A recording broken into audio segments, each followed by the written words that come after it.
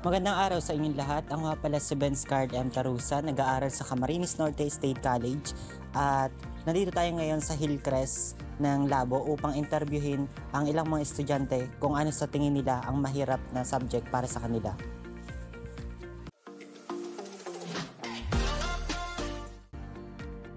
Magandang araw po, pwede po ba kayo ma-interview?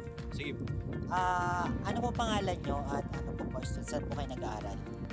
Ako po si Kevin Narevalo, from BS in Information Systems at nag-aaral po ako ngayon sa NSC.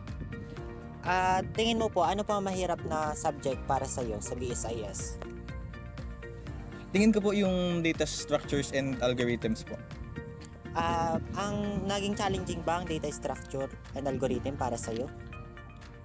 Opo, naging challenging po sa akin yung tamang paggamit po ng data structures for optimal performance at saka po yung dapat po alam mo po yung logic ng code mo upang walang maging mali kapag nirad mo na po. Okay, maraming salamat sa iyong sagot. At maghanap naman tayo ng isa pang estudyante upang tanungin kung anong mahirap na subject para sa kanila.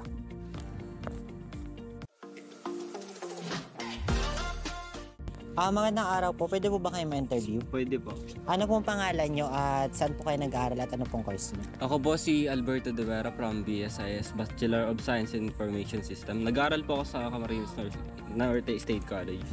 Para sa iyo, ano ang mahirap na subject sa BSIS? Para po sa akin, ang mahirap is computer programming po. Kasi po sa computer programming is kailangan po talaga nating aralin mabuti yung mga syntax, method, tsaka functions.